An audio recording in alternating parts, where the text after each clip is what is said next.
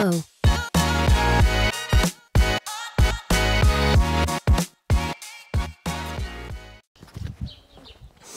Donc là, comme tu peux voir, j'ai préparé du coup tout mon plan de travail. Comme ça, tu vois, je peux travailler à hauteur et j'ai tout ce qu'il me faut dessus. La meuleuse, la DeWalt en 54 volts.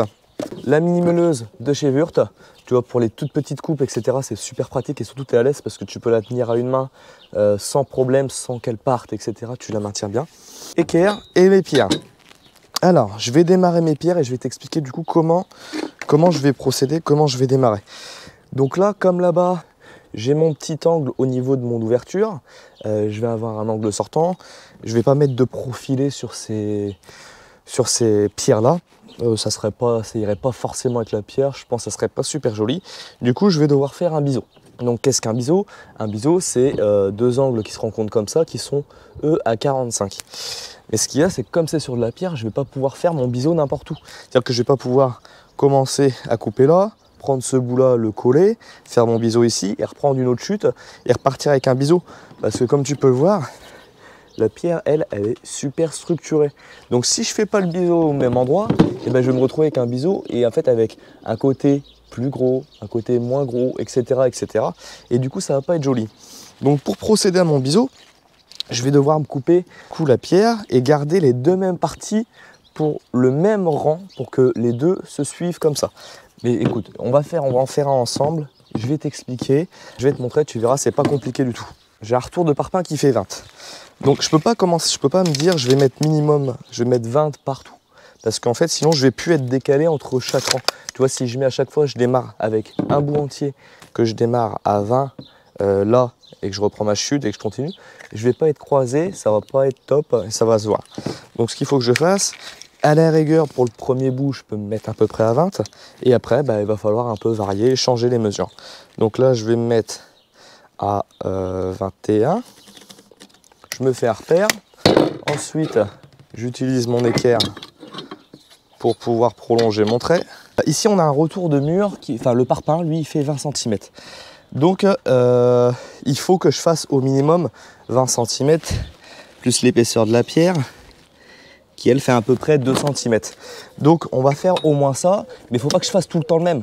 Parce que sinon, si je fais tout le temps le même, comme je vais récupérer le même morceau à côté, je vais être toujours aligné là. C'est pas bon au niveau de mes coupes, donc il faut que je croise. Donc là, on va partir par exemple sur un bout qui va faire allez, 40 cm. Tu vois, on va se mettre là. Donc je vais te montrer comment faire un biseau sur de la pierre, parce que la pierre, c'est pas régulier comme tu peux le voir, on a des différences d'épaisseur sur la même plaquette. Donc du coup, ce que je fais, je me fais un repère, je fais mon trait d'équerre.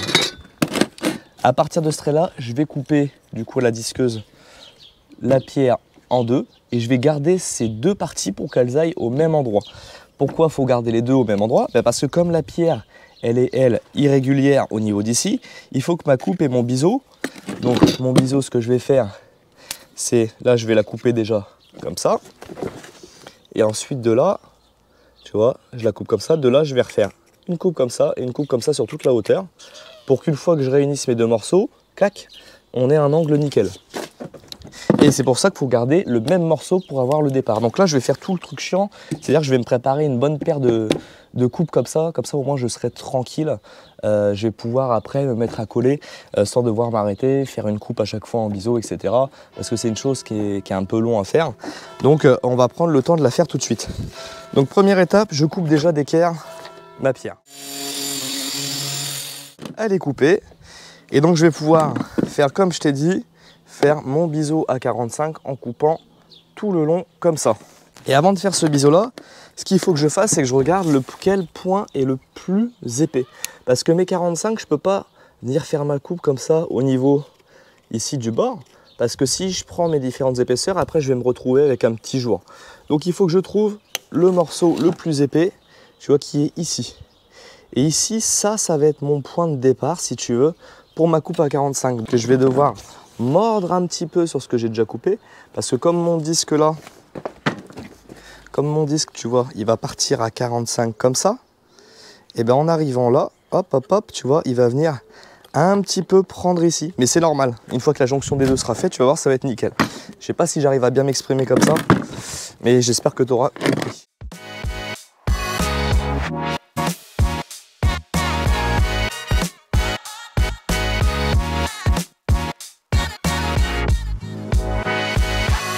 Music licensing reimagined.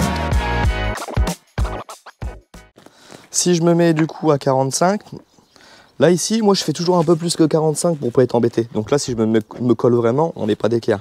Et tu vois, si je viens me mettre d'équerre, ça pose pas de souci. Et là, quand je colle mes deux, tu vois, on a une jonction qui est plutôt pas mal. Franchement, on est vraiment bien. Donc si on regarde comme ça, on a vraiment un bel angle. Franchement, c'est vraiment pas mal. Et je vais te montrer, tu vois, pour te montrer, si on avait suivi toutes mes pierres, regarde là, je l'ai fait là. J'étais parti à 45, tu vois. Donc, en partant de mon point le plus petit ici, et ben on arrive comme ça. Et du coup, la jonction, elle est pas belle. Je pars du point le plus petit, ça fait pas beau. Forcément, ça nous fait un creux et c'est pas joli. Et si j'avais suivi, donc comme je te disais, mon angle à 45, tu sais, si je partais à 45, mais à chaque fois en venant au plus proche, tout partout de la pierre, et ben ça m'aurait fait un jour. Donc là, tu vois, en faisant comme ça, on est vraiment nickel. Bah écoute, maintenant ça va être ça, hein. Je vais me répéter, je vais faire de la coupe, de la coupe, de la coupe. Je vais en faire une bonne dizaine, histoire de pouvoir commencer et de monter, tu vois, au moins à 1m50, 1m60, sans être embêté. Donc eh ben, écoute, c'est parti, coupe de pierre.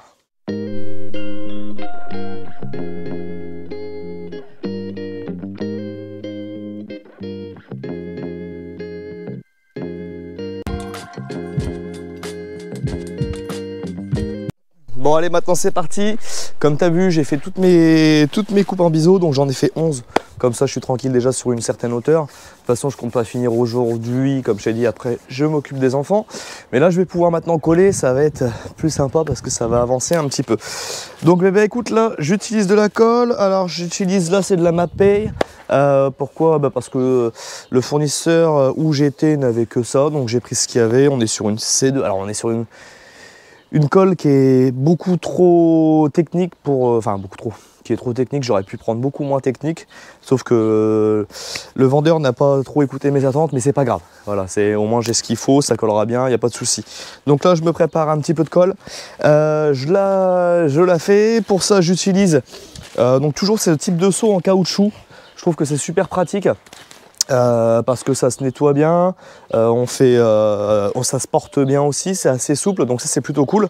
Et je me mets toujours un petit seau d'eau à côté pour pouvoir nettoyer mon malaxeur. Comme ça, je mélange ma colle et une fois que j'ai terminé, je mets un coup de malaxeur dans l'eau et j'ai toujours un malaxeur qui reste plus ou moins propre. Donc écoutez, je prépare ma colle et après on se met à la pose sur le mur.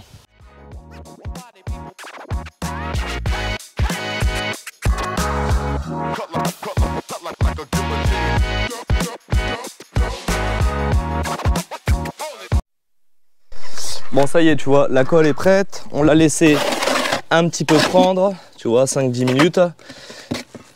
Maintenant, je vais pouvoir coller. Donc pour ça, j'utilise la petite truelle, avec un embout plat comme ça. C'est super pratique pour aller chercher la colle au fond du seau. Et un peigne rubis, là j'ai pris un 10-10. Ça va être suffisant pour la pierre. Et ce que je veux, surtout si je veux pas qu'il y ait de colle qui déborde en fait entre les joints, sinon ça va pas être joli, sachant qu'il n'y aura pas de joint à faire. Donc là, ce que je vais commencer, écoute, je vais faire mon départ, c'est-à-dire que je vais partir de mon angle, vu qu'il faut que j'ai des angles qui soient bien nickel à fleurant entre eux, ça sera à chaque fois mon départ. Je me suis préparé un tas de pierres, donc là je vais m'en coller déjà une ligne, je vais déjà faire mon angle, et puis après je vais pouvoir dérouler. Bon, par contre, toujours avoir un petit seau d'eau claire à côté, avec une éponge pour nettoyer. Si tu fais un travail propre, moins tu seras embêté par la suite. Donc là, j'en mets pas trop parce que le soleil commence à arriver. Et donc, je vais pouvoir commencer à mettre mes premiers bouts. Donc là, tu vois, je vais venir simplement le placer. Hop. On va placer celui-ci. Et je vais venir placer celui d'à côté, comme ça je vais pouvoir régler les deux en même temps. Donc là je me suis refait une petite cale de l'autre côté pour la hauteur et le niveau. Hop. Et tu vois, une fois que mes angles seront faits, et ben, la suite va se dérouler toute seule. Hop, voilà, tu vois, là on est pas mal. Là, j'ai mon petit repère de niveau ici, on est nickel. Donc là, je vais pouvoir continuer. Ce que je fais par contre, c'est qu'avant de mettre mon deuxième rang, tu vois, je me mets un petit coup de truelle comme ça, en biais, pour éviter que ma colle redépasse à travers mes joints et éviter d'être embêté. Donc là, je vais repartir encore avec un autre morceau. Les angles se suivent plutôt bien. Donc là, c'est cool. Tu remarqueras aussi que là, tu vois, je laisse dépasser, c'est pas grave, c'est normal. Parce qu'en fait, si mon mur, il fait, tu vois, une vague un peu comme ça, si je suis le mur comme ça, le jour où je vais venir mettre ma fenêtre, ma porte-fenêtre là, je vais avoir un jour plus important ici que là. Donc là, ce que je fais, c'est que je laisse dépasser. Quand ça sera complètement sec, et ben, je viendrai mettre un coup de laser et je viendrai couper au droit. Et comme ça, le jour où je viendrai plaquer ma porte-fenêtre, et ben, je serai tranquille. Donc ça, c'est le genre de choses auxquelles il faut penser tout le temps. C'est de se dire à l'après comment je vais faire, comment ça va être, etc. Donc là, je fais comme ça. Un coup de laser et le jour où je viendrai mettre ma fenêtre, je serai bien plaqué, je serai nickel contre et j'aurai mon comprimant qui fera le reste de l'étanchéité, les silicones, etc. Donc voilà, maintenant que le départ est fait, bah écoute, j'ai plus qu'à enchaîner, à continuer là. Donc là pour le coup, je te mets du time-lapse. On part là-dessus, c'est parti, pose des parements de pierre sur le mur.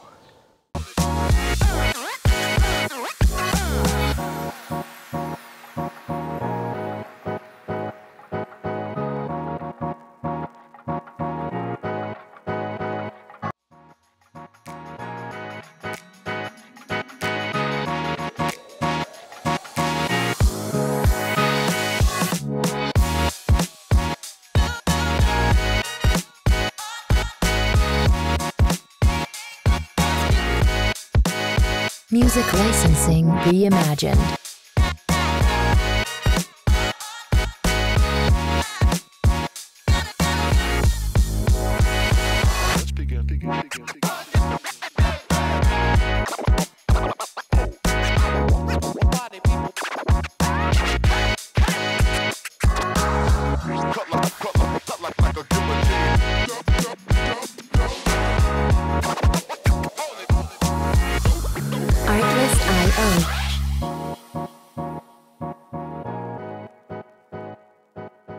Première bonne matinée de fête.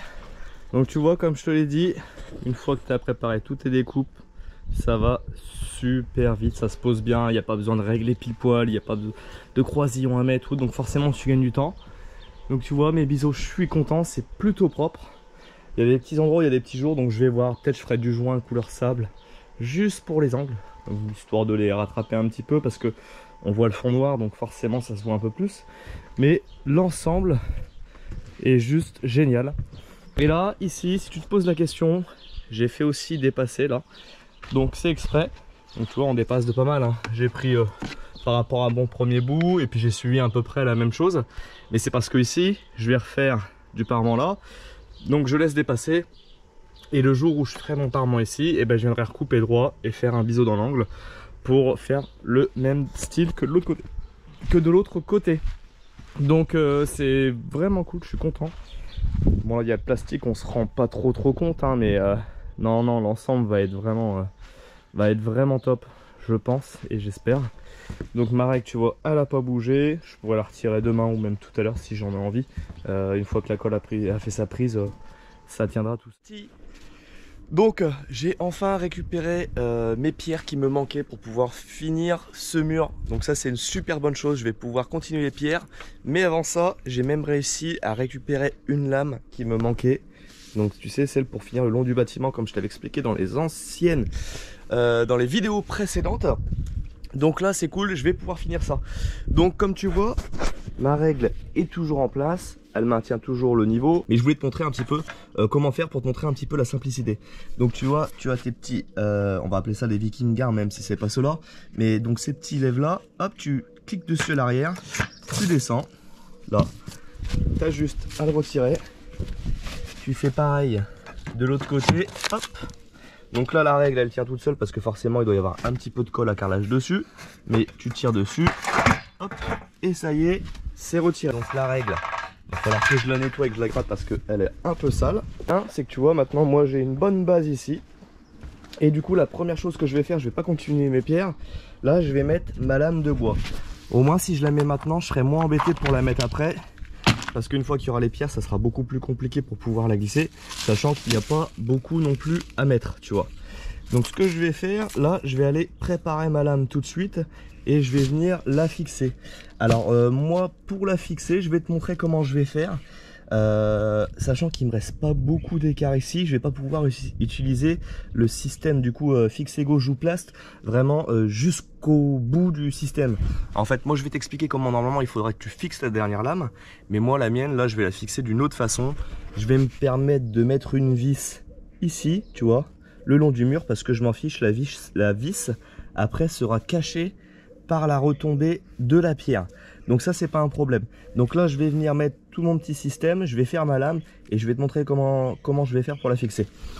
Donc premier temps je vais prendre mes mesures et on va aller découper la lame ensemble, parce que je t'ai même pas expliqué avec quoi je coupais mes lambourdes, mes lames, etc. depuis le début. Enfin mes lames j'en ai pas eu à couper, j'ai coupé à la plongeante à la fin, mais je vais te montrer qu'est-ce que j'aurais pu utiliser pour les couper et surtout la machine que j'ai utilisée pour couper toutes mes lambourdes, etc.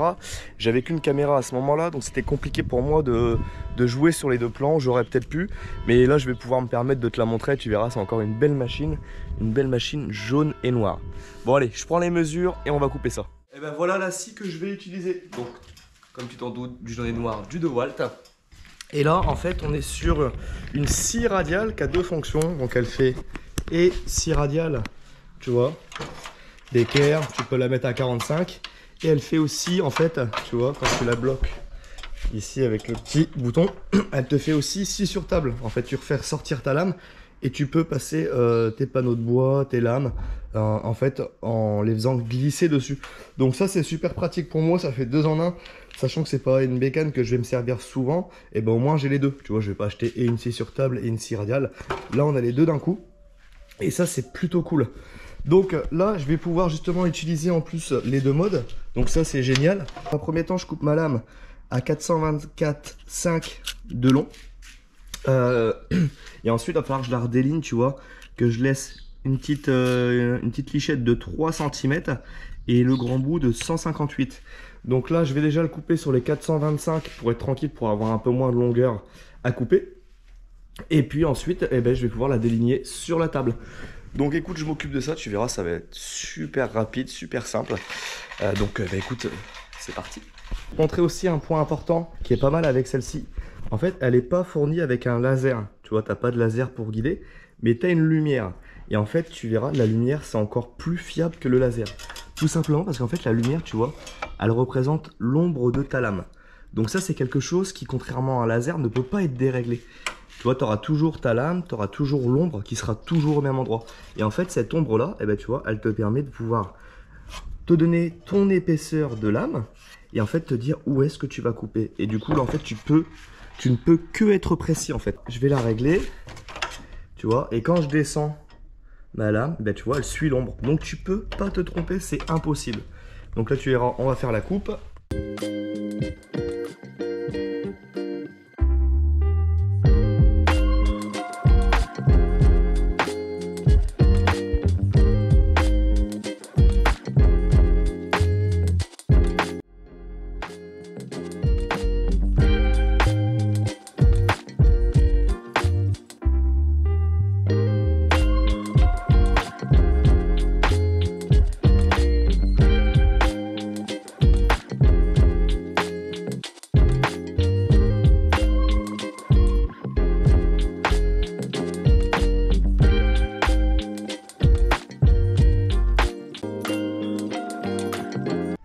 Bon voilà, ça y est, j'ai terminé, comme tu as pu voir, la petite partie de structure ici pour que ma lame vienne, elle, bien posée au sol et qu'elle soit pas en fléchissement en fait. Donc tu vois, j'ai refait des petites cales, j'ai remis des vis en 120 qui me prenne les 3 morceaux et au moins là je suis sûr que ça bougera pas.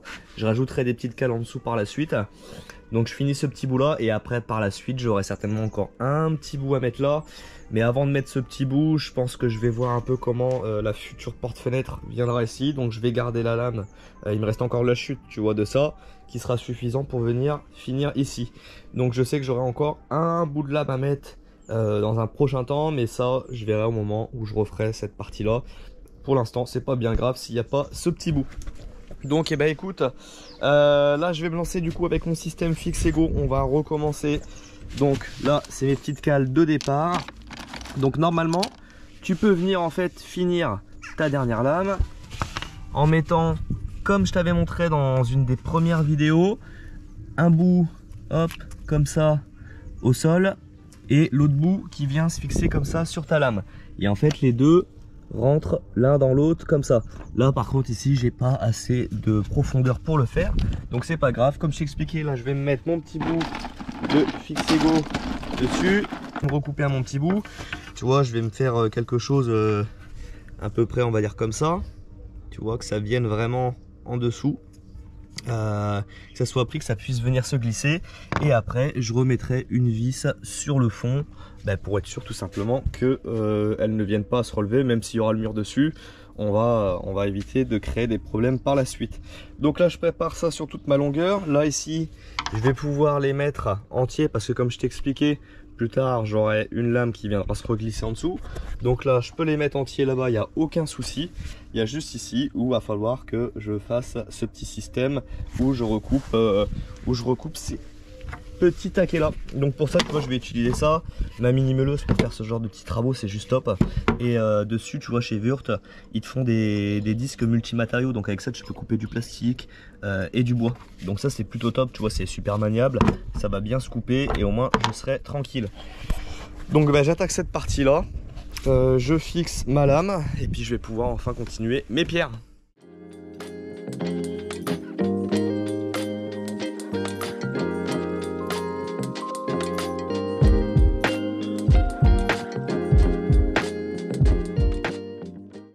Tu vois, la dernière lame est mise en place, elle est fixée, donc ça c'est cool. Donc tu vois ici j'ai mes petits supports qui dépassent, donc ça c'est normal, ça sera pour la future lame comme je t'expliquais, mais là c'est mis et on est tranquille.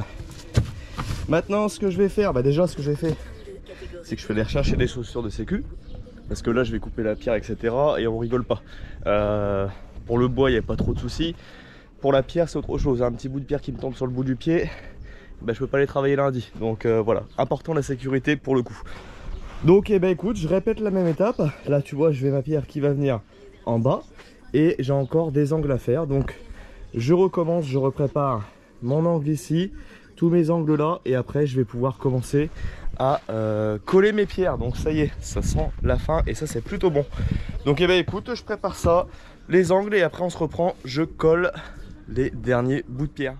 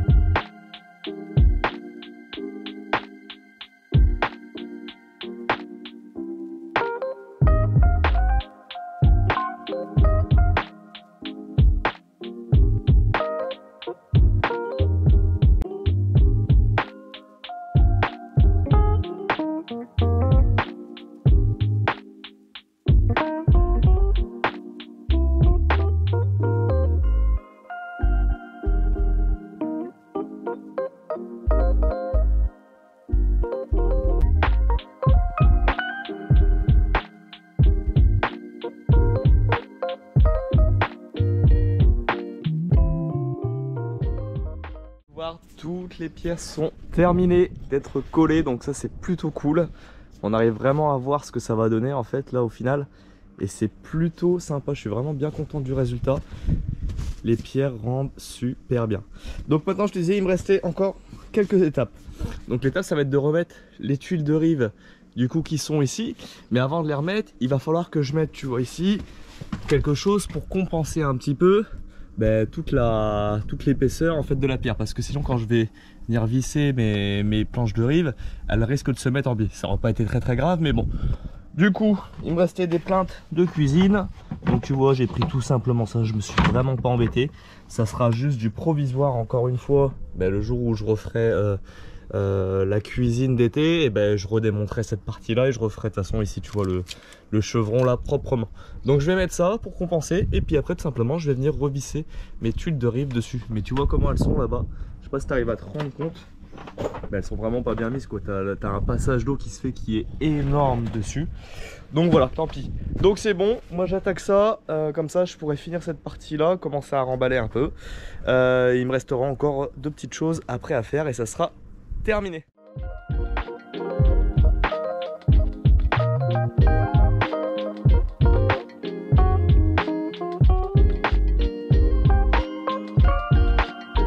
De rives sont mises en place, donc voilà, on sait que ça bougera pas, c'est pas forcément super droit, mais ça pour l'instant je peux rien y faire tant que le chevron ici n'est pas refait, mais au moins c'est protégé de la pluie et ça c'est l'essentiel.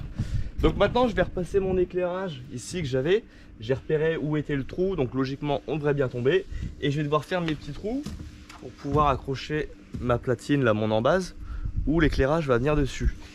Là on est dans la pierre, donc dans de la pierre ou du grès cérame. Ce qui est bien, c'est d'utiliser des petits forêts diamants. Donc là je suis sur du petit forêt diamant à sec, tu vois, c'est un petit forêt, donc t'as pas besoin d'eau, et dedans en fait t'as une petite graisse qui te permet de venir refroidir un petit peu ton diamant pour éviter de l'user trop vite. Là c'est la première fois que j'utilise cela, ils viennent de chez Wurt, donc on va les tester.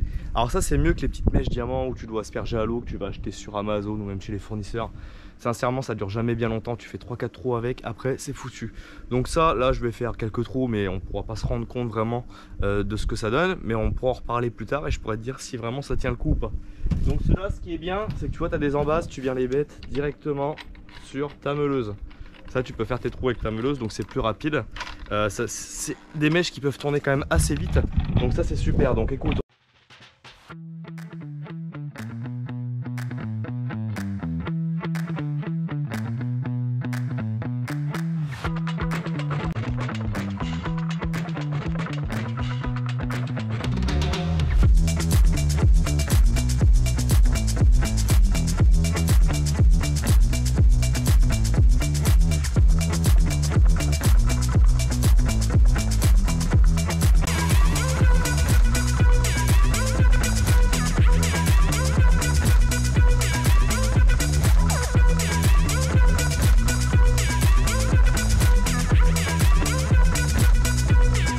bon allez, c'est parti pour la dernière étape de ce projet mur, et ça c'est plutôt cool, je suis super content, on va pouvoir enfin mettre un stop à cette terrasse.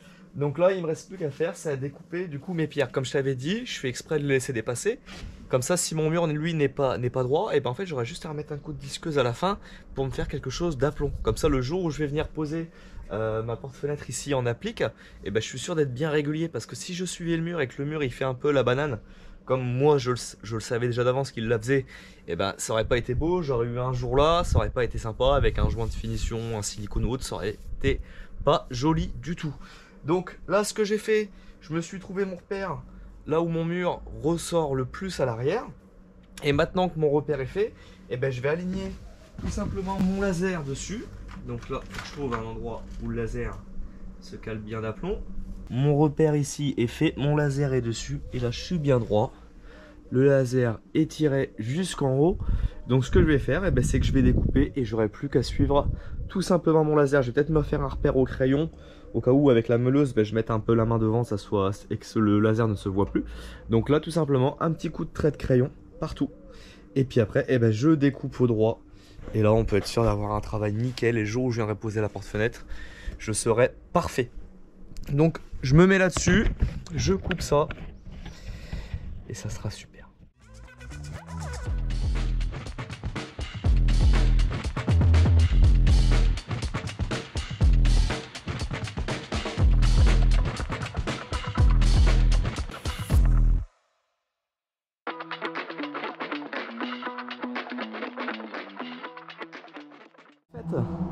Tu vois là on est bien, on est droit, donc là on est d'aplomb. Tu vois ici, on est quasiment au point 0 ici. Et là, on arrive en bas, on redépasse, ce qui fait que le mur, lui, n'était pas d'aplomb. Donc comme ça, on va arriver avec une pose de menuiserie qui, elle, sera du coup parfaite, bien de niveau.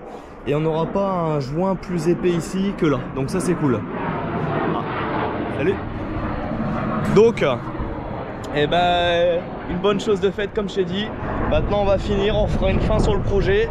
Mais avant tout ça, eh ben, il faut redescendre tous les outils en bas, remettre la pergola en place et tout nettoyer. Donc gros nettoyage. Et c'est parti, ça sera la fin du projet.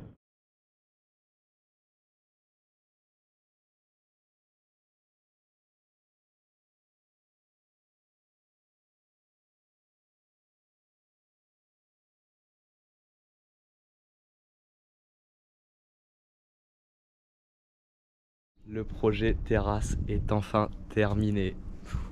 Je suis juste trop content. Le résultat est juste complètement dingue. Ça nous plaît, mais alors vraiment énormément. Et là, le mur en pierre, ça ramène un charme de dingue. Bah tiens, regarde. On en parle. La patronne arrive. Ouais. Tu sortirais tes chaussettes aussi. Ouais, c'est ça. J'ai tout nettoyé. Elle avait pas encore vu le mur. Waouh, c'est trop beau. Ça te plaît? Ouais, c'est magnifique. Donc voilà, ça y est, projet terminé. Enfin, du moins pour cette année. On en garde encore un peu pour l'année prochaine. Mais là, on va arriver sur septembre, c'est pas mal. Qu'est-ce que t'en penses, chérie? Oh, on a bien bossé. On a bien bossé. On a fait un bel été quand même. On a fait un bel été. Un bel été, un bel extérieur, une belle terrasse. Franchement.